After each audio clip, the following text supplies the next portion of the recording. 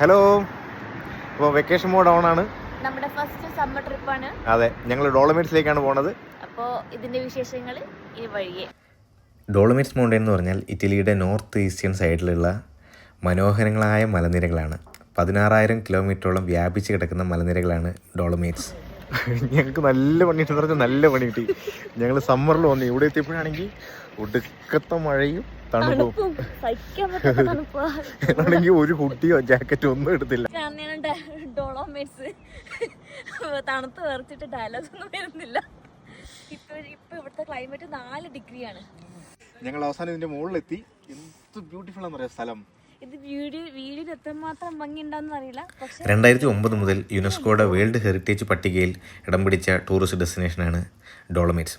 ഡോളമൈറ്റ്സിൻ്റെ പ്രത്യേകത എന്ന് പറഞ്ഞാൽ കളർഫുൾ റോക്സ് ആണ്. സൺസെറ്റ് സമയത്തും സൺറൈസ് സമയത്തും 2 കളേഴ്സാണ് ഇതിനുണ്ടാവുക.